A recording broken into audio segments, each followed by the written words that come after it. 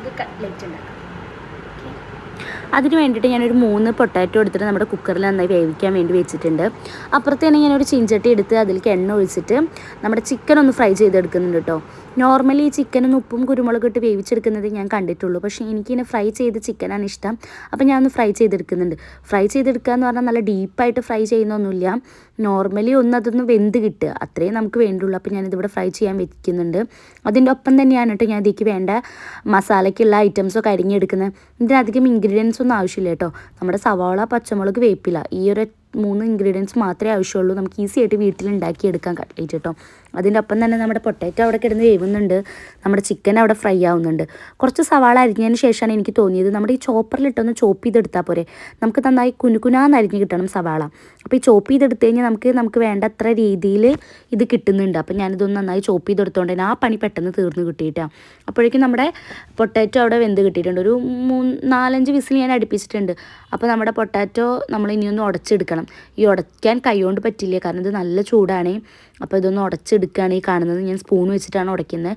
ഇനി ഇത് ഉടച്ച് കഴിഞ്ഞപ്പോൾ തന്നെ നമ്മുടെ ചിക്കൻ അവിടെ റെഡി ആയി കഴിഞ്ഞിട്ടുണ്ട്. അപ്പോൾ ആ ചിക്കൻ ഉണ്ടാക്കിയ പാത്രത്തിൽ തന്നെയാണ് ഞാൻ മസാല റെഡിയാക്കുന്നത്. അതിന് വേണ്ടി ഞാൻ ആദ്യം എണ്ണ ഒഴിച്ചിട്ട് അതിലേക്ക് ആദ്യം ഇട്ട് കൊടുത്തത് നമ്മുടെ പച്ചമുളകാണ്. പച്ചമുളക് ഇട്ട് കൊടുത്തു, വേപ്പില ഇട്ട് കൊടുത്തു. അതിനൊപ്പം തന്നെ നമ്മൾ ഇഞ്ചി വെളുത്തുള്ളി ചെറുതായിട്ട് അരിഞ്ഞു വെച്ചത് ഇട്ട് കൊടുക്കണം. പക്ഷേ ഇട്ട് കൊടുക്കുന്ന വീഡിയോ എൻ്റെ കയ്യിൽ നിന്ന് മിസ്സായിട്ടുണ്ട് കേട്ടോ. ഞാൻ അതും ഇതിൽ ചേർത്ത് കൊടുത്തിട്ടുണ്ട്. എന്നിട്ടൊന്ന് മിക്സ് ചെയ്തതിന് ശേഷം നമ്മുടെ സവാള ഇതിലിട്ട് കൊടുക്കണം. സവാള നമ്മൾ വഴറ്റിയെടുക്കണം. പക്ഷേ നമ്മൾ ഈ ചിക്കൻ കറിക്കൊക്കെ ഉണ്ടാക്കുന്ന പോലെ നന്നായിട്ട് വഴറ്റി വരുമൊന്നും വേണ്ട.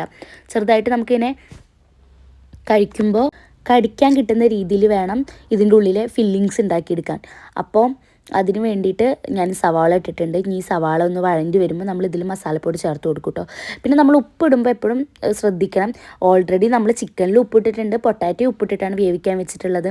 അപ്പോൾ ഇതിൽ ഉപ്പിടുമ്പോൾ നമ്മൾ വളരെ കുറച്ചേ ഉപ്പിട്ട് കൊടുക്കാൻ പാടുള്ളൂ, കാരണം എല്ലാ ഉപ്പും കൂടി അവസാനം മിക്സ് ചെയ്ത് വരുമ്പോൾ കൂടാൻ പാടില്ലല്ലോ. അപ്പോൾ ഇതിൽ ഞാൻ കുരുമുളക് പൊടിയും ഗരം മസാലയും ഈ 2 പൊടികളെ ഇതിൽ ആവശ്യമുള്ളൂ കേട്ടോ.